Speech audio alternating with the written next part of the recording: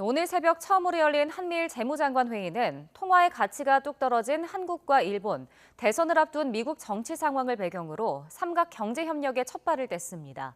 전기차와 2차 전지를 비롯한 중국발 덤핑 상품에 대한 대응 강화도 예고했습니다. 이승은 기자의 보도입니다.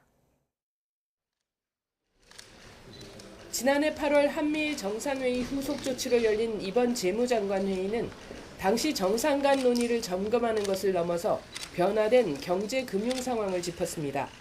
덩달아 함께 움직이는 현상이 커지고 있는 원화와 엔화의 평가 절하에 대한 대응이 대표적입니다.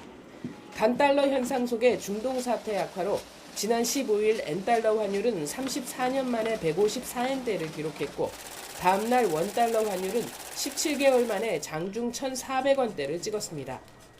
교역 상대국을 대상으로 환율 보고서를 작성하는 등 환율 개입을 주시하는 미국이 공동 성명에 엔화와 원화의 급격한 평가 절하에 대한 심각한 우려를 인지했다는 문구를 담은 건 한국과 일본의 입장을 최대한 반영한 것으로 평가됩니다.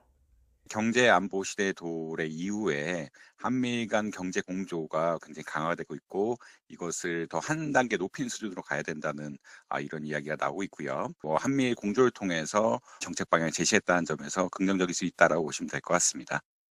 미국이 지속해서 제기하는 중국산 덤핑 상품 문제도 의제에 올랐습니다. 전기차와 2차 전지, 태양전지 등 중국이 내수 침체로 소화하기 어려워진 제품을 세계 시장으로 밀어내는 걸 막기 위한 겁니다. 그런 미국의 액션에 대해서 한국과 일본의 재무장관들도 같이 좀 보조를 맞추는 이제 우리나라 입장에서도 사실 중국산 제품의 어떤 덤핑 문제 이런 게 상당히 좀 경제적으로 문제가 되니까 서로의 좀 공통의 이해가 있었던 게 아닌가 생각이 됩니다. 세 나라 재무장관들은 또 글로벌 공급망 강화 파트너십, 이른바 라이즈를 통한 공급망 탄력성 강화도 언급했습니다. 라이즈 프로그램은 광물 채굴과 가공 등 전 과정에서 중저소득 국가의 역할을 확대하기 위한 국제기금입니다.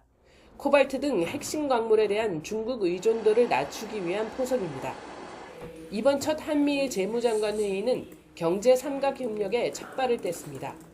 정례화에 이르지는 못했지만 실무급 협의에서 다음 회담을 모색하며 구체적 협력 방안을 논의할 것으로 보입니다. YTN 이승은입니다.